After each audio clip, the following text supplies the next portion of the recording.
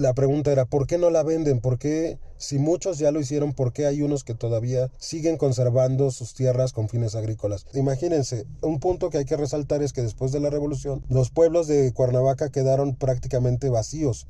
Esto es Urbanidades, un proyecto de la Fundación Recreando Ciudades que surge a partir de nuestra curiosidad por explorar qué pasa en las ciudades, en los espacios públicos y en los entornos urbanos en general, y quiénes forman parte de todo ello. Urbanidad es desarrollar ciudades de manera inteligente. Urbanidad es mi barrio. Urbanidad es no tirar basura. Urbanidad es el arte callejero. Urbanidad en mi parque. Urbanidades Podcast. Comenzamos. Pues el día de hoy tenemos el gusto de platicar con nuestro querido amigo César Abraham Suárez Domínguez, quien es licenciado en Derecho de la UAM, dedicado al litigio en las áreas de Derecho Civil, Familiar, Mercantil y Agrario. Tiene una maestría en Derechos Humanos, Constitucional y Amparo. También tiene una maestría en Estudios Territoriales, Paisaje y Patrimonio, de la cual yo soy egresada, y quien él, durante todo su proceso, pues tomó justamente el tema de los ejidos para desarrollar su investigación, situándonos en particular en el ejido de Acapancingo, pues él tiene un amplio interés en el derecho social, sobre todo con la gente del campo. Pues bueno, César, bienvenido al programa, bienvenido al podcast Urbanidades. Es un gusto que estés con nosotros el día de hoy. Y para empezar, me gustaría que nos contaras, y también a la audiencia, qué es un ejido de entrada para saber y tener noción de lo que vamos a hablar.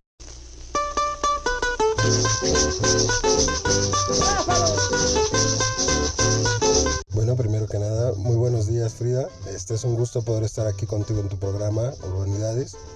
Y bueno, para empezar, ¿qué es un ejido? Les tendría que comentar que es una extensión de tierra y se le llama tierra social, que pertenece por lo regular a campesinos. Pero para que entiendan por qué es una parte de una extensión de tierra, tendría que decirles que en México se reconocen 3 tipos de tierra según la Constitución Política de los Estados Unidos mexicanos. La primera es la tierra de índole pública, que es la que pertenece a los estados, a los municipios, a los entes de gobierno, al propio gobierno. La segunda es la propiedad privada, que es la que pertenece a particulares, pueden ser personas físicas o personas morales. Y la tercera es la tierra social. La tierra social se divide en ejidos y comunidades, y por lo regular esa tierra pertenece a los campesinos de nuestro país. Y bueno, ¿por qué son importantes los ejidos en las ciudades o dentro de nuestra trama urbana, de nuestras comunidades? Bueno, para que le demos una mayor dimensión a la importancia de la tierra ejidal, les tendría que decir que aproximadamente el 51% del territorio de nuestro país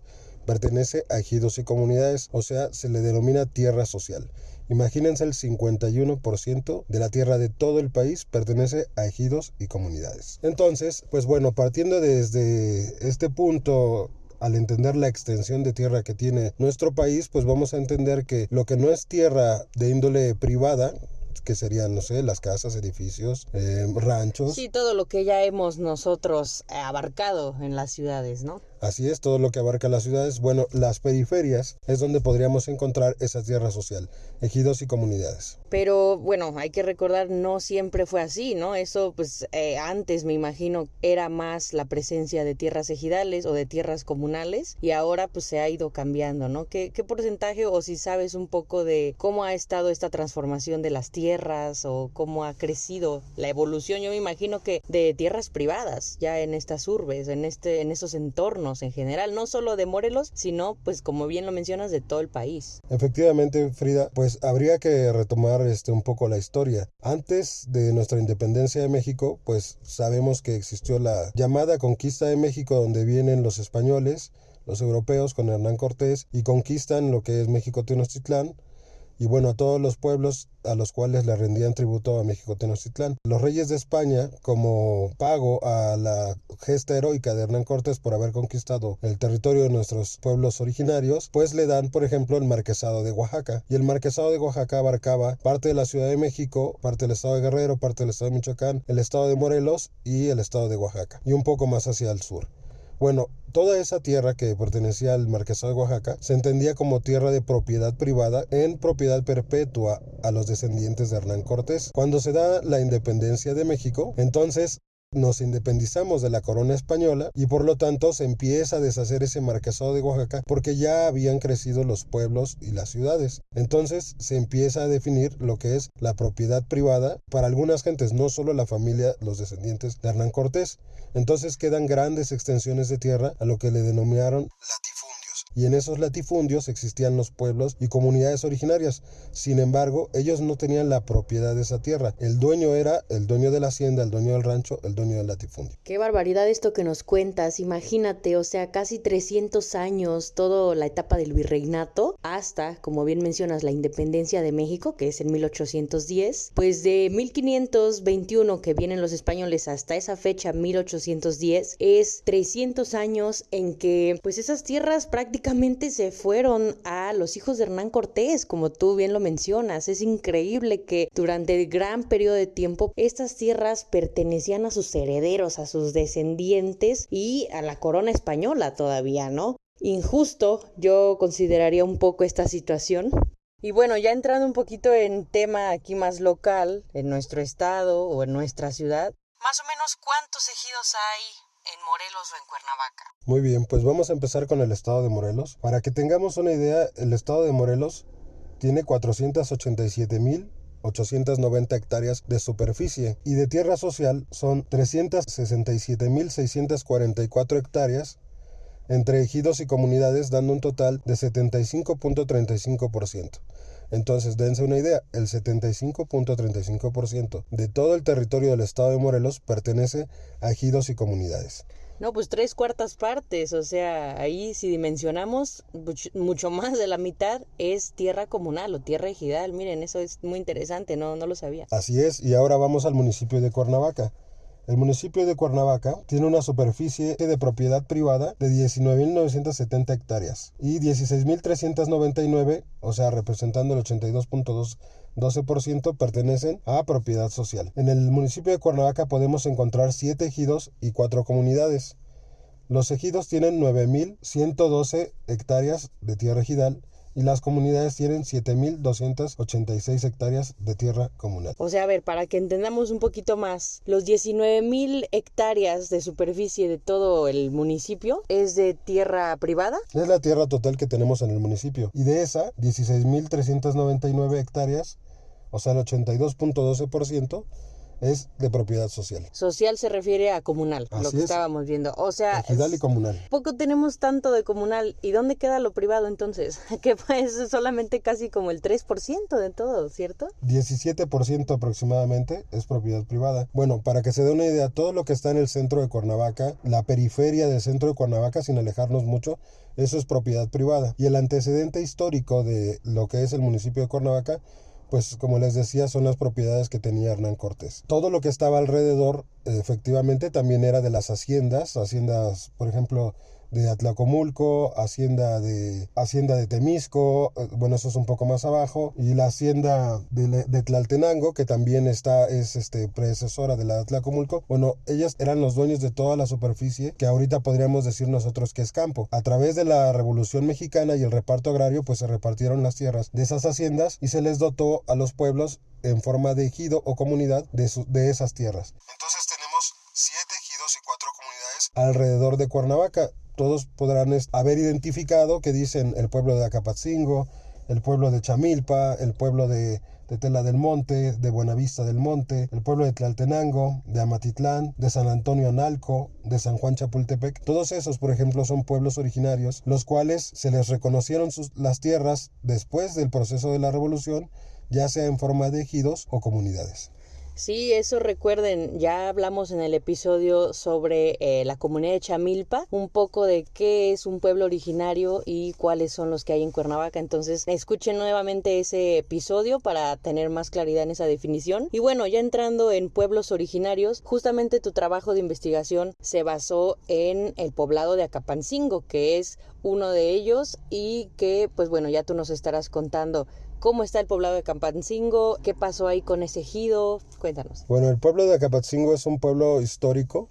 Si ustedes leen la historia de el paso de Hernán Cortés por Cuauhnáhuac, van a saber que, bueno, pelea contra el señor Yahuatzin, que era el cacique del pueblo de Acapatzingo, y cuando le gana Hernán Cortés se hospeda en la casa del señor Joachim, que era precisamente en el pueblo de Acapatzingo. Entonces, imagínense, desde la historia de la conquista de nuestro territorio, existe el pueblo de Acapatzingo. Veniendo a la actualidad, hace 100 años, después de la Revolución, el pueblo pues ya existía. Y entonces el pueblo, después de la Revolución Mexicana, cuando se da el reparto agrario, reclama sus tierras, que eran propiedad, o sea, en ese momento eran propiedad de la hacienda de Atlacomulco, y lo que hacen es el gobierno en turno después de la revolución es darles tierras en forma de ejido y les da un poco más de, 695 hectáreas a 87 familias. Imagínense, un punto que hay que resaltar es que después de la revolución los pueblos de Cuernavaca quedaron prácticamente vacíos.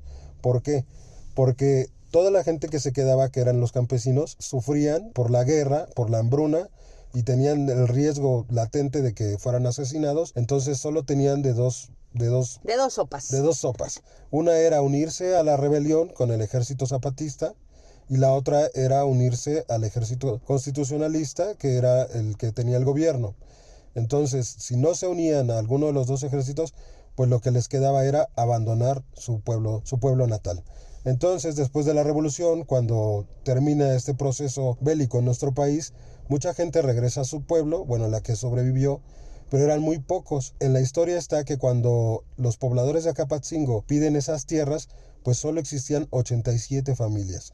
Imagínense, ahorita si ustedes van a Acapatzingo, pues está lleno, está prácticamente urbanizado, pero en ese entonces, 1925, solo había 87 familias y son las que piden las tierras para poder trabajarlas. Pues mira, hace casi 100 años, o sea, estamos a 99 años de ese suceso y realmente uno, pues, hay veces que olvidamos todos esos antecedentes que le dan origen y que le dan identidad a nuestra historia, a nuestra actualidad, y eso es muy interesante porque, pues, es una gran extensión de tierra que quedó en manos de pequeñas familias, o sea, de un número pequeño, comparado con lo de ahora, ¿no? Pero, a ver, entonces cuéntanos, ¿qué pasó con ese ejido o qué pasó con esas tierras? Muy bien, bueno, pues justamente ese antecedente histórico que acabas de mencionar, Frida, que va a cumplir ya próximo año 100 años de creación del ejido, es parte de lo que me impulsó a mí a estudiar precisamente esa comunidad. ¿Y por qué? Se preguntarán ustedes. Pues bueno, quien ha podido conocer el pueblo de Acapatzingo va a identificar que hay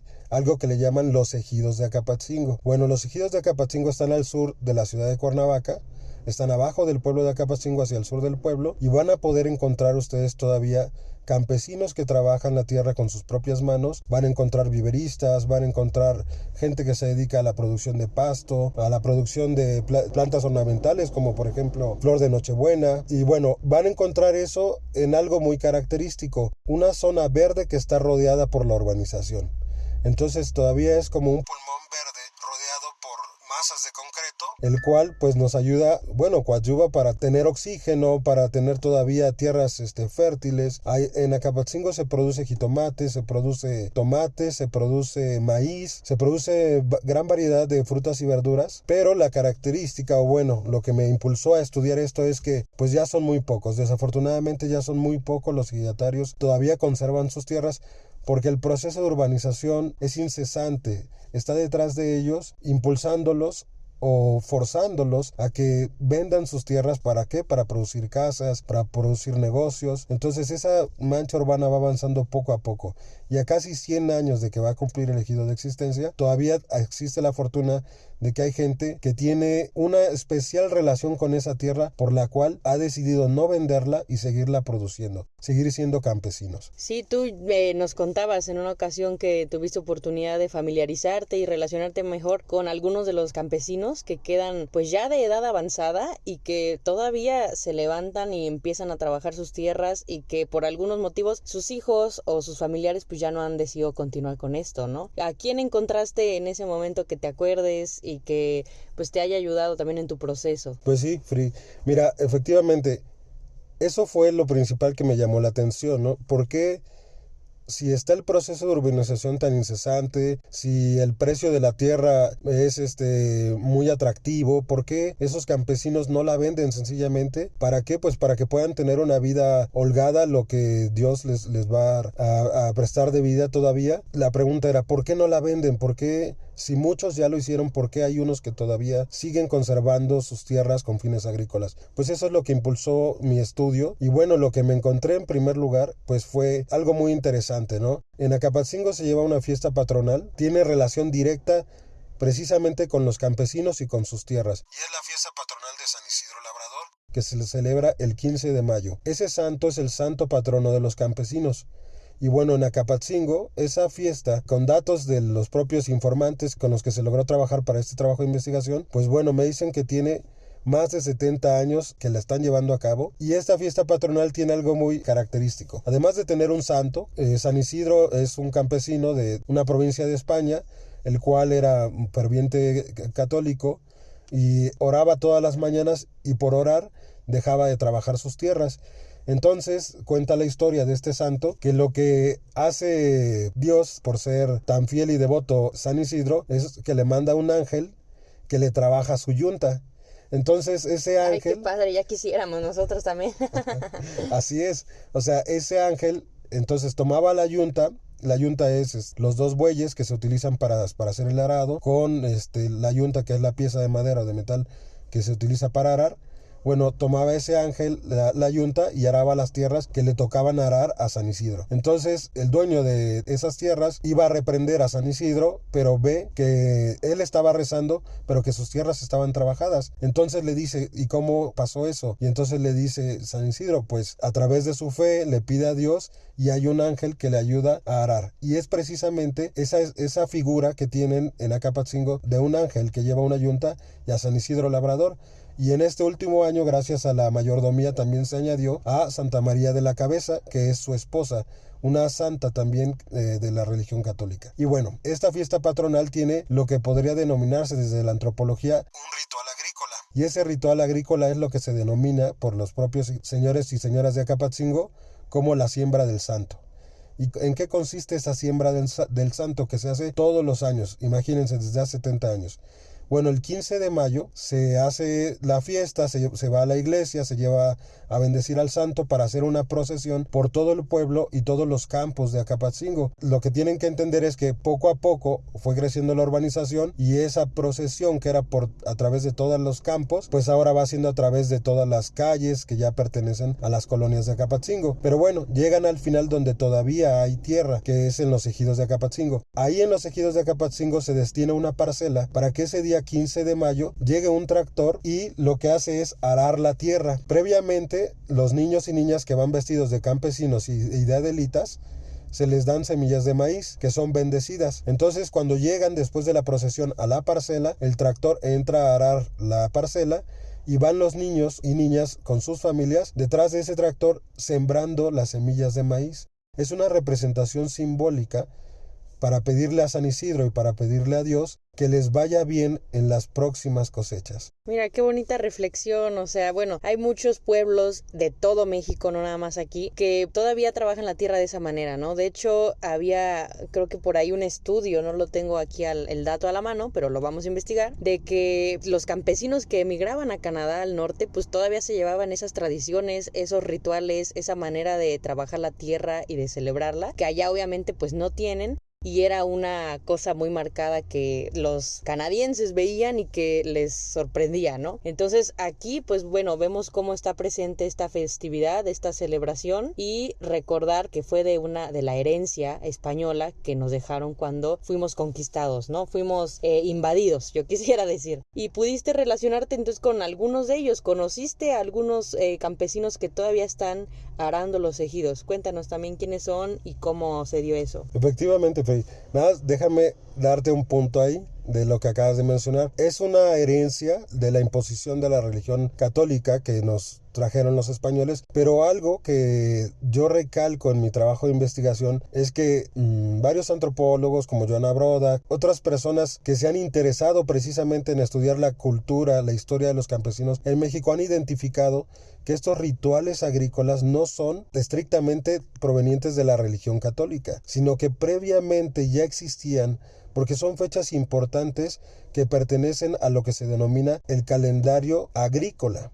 ¿Y por qué es el calendario agrícola? Porque precisamente en mayo se supone que deberían de llegar las lluvias. ¿Qué hacen las lluvias? Ya está sembrado el maíz previamente y las lluvias lo que hacen es fortalecer a la planta para que crezca y dé buenos frutos. Entonces, algo que yo hago énfasis en mi trabajo de investigación es que esta fiesta, que es tan importante para los campesinos y como bien lo refieres, en todo el país, no solamente en Acapatzingo, lo podemos ver en otros pueblos de Morelos, como en Jojutla, como en Tlaltizapán, en Puente de Ixtla, que también celebran a San Isidro Labrador, y así en otros estados. Bueno, esta fecha tan importante que es el 15 de mayo, pues ya estaba reconocida en el calendario agrícola prehispánico. Y lo que hacen los españoles, al ver que son fechas tan importantes y que no se les quita a esta población originaria a la cual le quieren extinguir toda su cultura, pues entonces lo que hacen es decir, ok, vamos a adaptarlo de una forma poniendo nuestros santos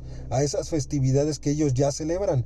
Le piden al dios de la lluvia, le piden al dios del sol, le piden al dios de la tierra, que tengan buena fertilidad en sus cosechas. Entonces lo que hace la religión católica, pues es decir, ok, te voy a dejar esa fecha porque no se te olvida, pero te voy a decir que le reces o que le pidas a alguien más. Y por ejemplo, en el 15 de mayo se ha destinado a San Isidro Labrador como el patrono de los campesinos. Y entonces ahora en México se celebra esa fecha, pero que esa fecha es prehispánica. Se viene celebrando desde los campesinos que pertenecen a nuestras culturas originarias. Y hasta la fecha los vemos año con año celebrando el 15 de mayo por la importancia que tiene la fecha en el punto agrícola del año. Y como me decías, Fri, pasando a la gente que tuve la gran oportunidad de conocer, pues conocí, por ejemplo, a un señor que alguna vez espero que lo puedan conocer y apoyarlo en su actividad productiva. Él es don Apolonio. Don Apolonio tiene 83 años de edad y desde los 5 años es campesino. Pude conocerlo. Prácticamente toda su vida, literal. Así es, toda su vida. Y él me ha dicho, yo nací campesino, soy campesino y campesino me voy a morir. Es un señor que pueden encontrar, y ojalá vayan a visitarlo, en el puente de Tabachines. Él vende flor de calabaza. Él ha producido a lo largo de su vida, ha producido calabaza italiana, ha producido maíz, ha producido jitomate y en los últimos años lleva 40 años produciendo flor de calabaza. A él se ha dedicado toda su vida a ser campesino. Y entonces él, a sus 83 años, próximamente 84 años, sigue sembrando su flor, cosechando su flor, y él la va a vender personalmente. Él no tiene un puesto fijo, él se pone en la calle. Y les digo, lo pueden encontrar en el crucero de Tabachines o en el crucero de Díaz Ordaz. Lo pueden ver. Es un señor muy grande con su sombrerito y tiene su flor de calabaza que es exquisita, es muy bonita, es un amarillo intenso y apóyenlo si lo ven. Bueno, con él pude platicar y él es uno de los informantes con el cual yo pude construir una historia sobre los campesinos de Acapatzingo. Oye, y de esas 83 familias que se iniciaron hace ya casi 100 años, ahorita en la actualidad, ¿cuántos quedan que todavía siguen siendo campesinos y trabajando la tierra? De esas 87 familias, pues pensemos que se multiplicaron, ¿no? Esas familias crecieron en generación y generación. Si imagínense, una persona tenía 5 hijos, pues esos 5 hijos tuvieron familia, y si cada uno tuvo 3 hijos, pues así fue creciendo, y por eso es tan grande Acapatzingo, y por eso son tantas familias conocidas. O sea, entre ellos son muchos parientes. Pero bueno, de esas 87 familias, pues aproximadamente, de lo que yo pude encontrar en el estudio, deben de quedar como 20 personas. O sea, 20 personas pertenecientes a familias que son las que se siguen dedicando a actividades agrícolas. Pues bueno, sí vemos ya un porcentaje diferente. ¿Y te llegaron a comentar los motivos, las razones por qué ya no continúan con eso? Que bueno, ya dijimos, se ha vendido parte de la tierra para poder comercializarla de otra manera. Como ya sabemos, en Cuernavaca pues se ha priorizado la vivienda y el comercio versus los espacios verdes. Entonces pues esa es una de ellas. Pero ¿hay alguna otra razón que ellos te hayan comentado? Sí, me dieron varias razones. Por ejemplo, ellos pues siempre se llama una siembra de esperanza. ¿Por qué? Porque ellos siembran su maíz y saben en qué momento van a caer las lluvias. Pero ¿qué pasa si no caen las lluvias? Digo, ahora lo podemos ver todavía más evidente con el calentamiento global, que cuando debería de llover ya no llueve. Y entonces, ¿qué pasa? Que pierden la producción, porque la planta, si bien crece, ya no produce su fruto, porque le faltó agua. Ahora, algo que hay que mencionar de Acapatzingo es que es una tierra muy fértil y tienen el agua que se produce en el manantial de Chapultepec. Entonces, sí hay lugares que pueden regar y por lo tanto, bueno, pelean contra la sequía. Pero la otra situación que les pega muchísimo es que ellos tienen que buscar abrirse mercado. ¿En qué sentido? Ellos pueden producir 1, 2, 3, 4, 5 toneladas de maíz y ellos tienen que ir a buscar al mercado que se las compren.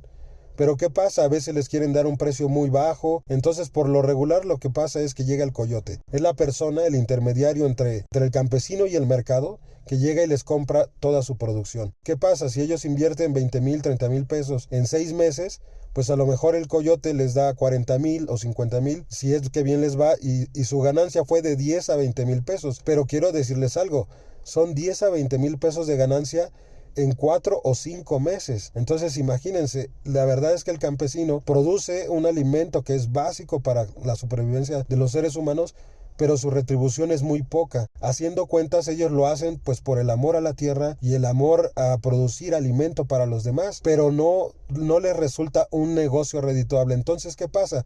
Que las siguientes generaciones pues entonces dicen, oye papá, pues yo vi que tú no sales de ese estatus social porque siempre tu producción va a tener un bajo costo, entonces yo ya no quiero ser campesino, yo quiero estudiar. Entonces nos encontramos con hijos de campesinos que son abogados, que son maestros, que son doctores, que son psicólogos, algunos agrónomos. Así es, pues bueno, ya vemos diferentes razones y también cómo se vive actualmente en las ciudades, ¿no? Uno va buscando mejores oportunidades. Y bueno, ya para terminar, César, con esta gran plática que nos has traído el día de hoy, cuéntanos nada más de manera breve tu punto de vista de por qué tú piensas que los ejidos son importantes y que se deberían de seguir preservando. ¿Qué pasa con los ejidos ahora? O sea, algo que tú nos quieras dejar. Muy bien, Fri, gracias por esa pregunta. Justamente esa es la culminación de mi tesis. Yo pregunté por qué son importantes los ejidos, por qué son importantes los campesinos. A través del análisis y desde la perspectiva teórica y conceptual en la cual se abordó mi trabajo de investigación, lo que pude entender es que hay una relación simbólico-cultural entre los campesinos y sus tierras. Va más allá de una apropiación económica sobre lo que se denomina su territorio. Y lo que deberíamos de darnos cuenta como reflexión final sería que estos campesinos lo que hacen es tener pulmones verdes sin cobrarnos a nosotros, dedicadas a hacer áreas verdes de producción de oxígeno, de recarga de mantos acuíferos. Lo que deberíamos hacer nosotros es agradecerles y en la manera que podamos apoyarlos. No les regateen. Tarde o temprano nos vamos a dar cuenta que debimos haberlos protegido estas áreas desde hace mucho tiempo, porque nos vamos a enfrentar a calores. Y ustedes véanlo, en un área donde no hay árboles, donde no hay pasto, donde no hay canales, pues ustedes van a sentir mucho más calor que en una zona donde hay un área boscosa, donde hay sembradíos de maíz o donde hay viveros. La importancia de estos ejidos y comunidades pues es para todos, porque a todos nos beneficia, para tener un medio ambiente sano y para que logremos alcanzar un equilibrio entre sociedad y naturaleza. Recordemos que nosotros pertenecemos precisamente a la naturaleza, estamos aquí junto con todas las especies animales y todas las especies de plantas, de seres vivos, y deberíamos convivir en armonía, no destruirlos, no aprovecharnos de ellos. Coincido contigo, César. Nuevamente agradecemos tu participación en este programa Urbanidades. Nos escuchamos la próxima semana.